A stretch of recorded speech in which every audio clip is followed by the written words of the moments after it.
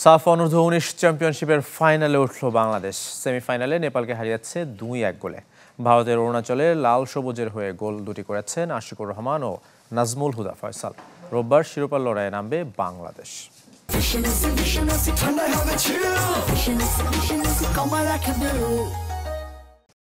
ফাইনালে ওঠার আনন্দ লাল সবুজ তরুণদের। ড্রয়ে আসর শুরুর পরও যারা এতটুকু মনোবল হারায়নি সেই বাংলাদেশ অনূর্ধ্ব ১৯ দল টানা দ্বিতীয় জয়ে নাম লেখালো বয়সভিত্তিক সাফের ফাইনালে। অরুণাচলে ম্যাচ জমে ওঠে ৭৪ মিনিট থেকে। অধিনায়ক নাজমুল হুদা ফয়সালের কর্নারে ডেডলক ভাঙেন আশিকুর রহমান।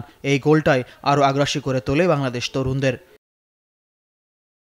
৮১ মিনিটে আরও এগিয়ে যায় লাল সবুজ। টিম গেমের অনন্য উদাহরণ তৈরি করেছেন বদলি ফুটবলার মোহাম্মদ মানিক। নিজেই বল নিয়ে প্রতিপক্ষের ডি বক্সে প্রবেশ করেন, কিন্তু দলের স্বার্থে ফয়সালকে দিয়ে গোল নিশ্চিত করেছেন। ২-০ ব্যবধানে এগিয়ে গিয়েও স্বস্তিতে থাকতে পারেনি বাংলাদেশ। নেপালের একের পর এক আক্রমণে দিশেহারা লাল সবুজ রক্ষণ। অবশেষে ৮৭ মিনিটে সাফল্য পায় হিমালয়ের দেশটি।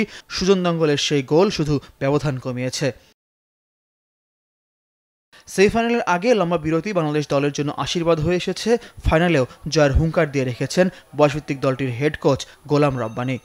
১২, ১৩, ১৪, ১৫, ৪ দিন আমরা সময় পেয়েছি। এই সময়টা খুব ভালোভাবে কাজে লাগিয়েছি এবং আমাদের যে নেপাল ইন্ডিয়ার ম্যাচ দেখার পরে যে আমাদের গেম প্ল্যান ছিল সেটা পুরোপুরিভাবেই সেটা মাঠে ইমপ্লিমেন্ট করতে পেরেছে।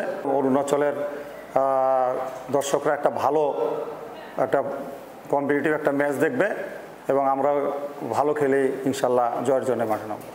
গত বছর অনূর্ধ্ব ২০ বয়সীদের নিয়ে হয়েছিল সাফের এই আসর, যার চ্যাম্পিয়ন বাংলাদেশ।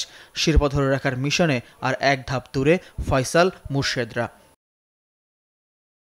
ফয়জুল ইসলাম, চ্যানেল 24।